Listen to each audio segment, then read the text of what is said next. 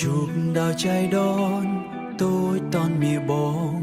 គេងគិតគួយពងផ្សងជួបស្រស់ស្រីអូនជាកូឡាបទើបរីថ្មីថ្មីអនតងហារតេកៅវៃពូនពេ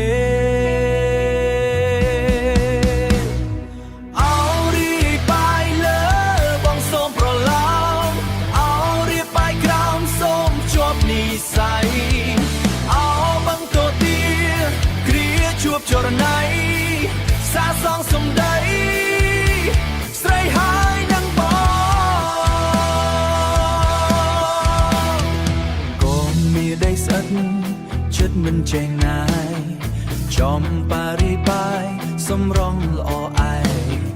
បូផាភូមិផានតាក់ចិត្តអាណែឃើញហើយតាក់ភ្នែកបងអ្នកអង្គវ័យ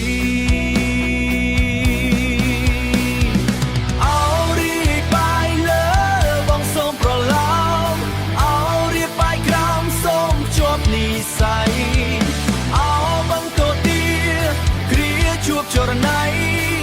សាសងសំដីស្រីហើយនឹងប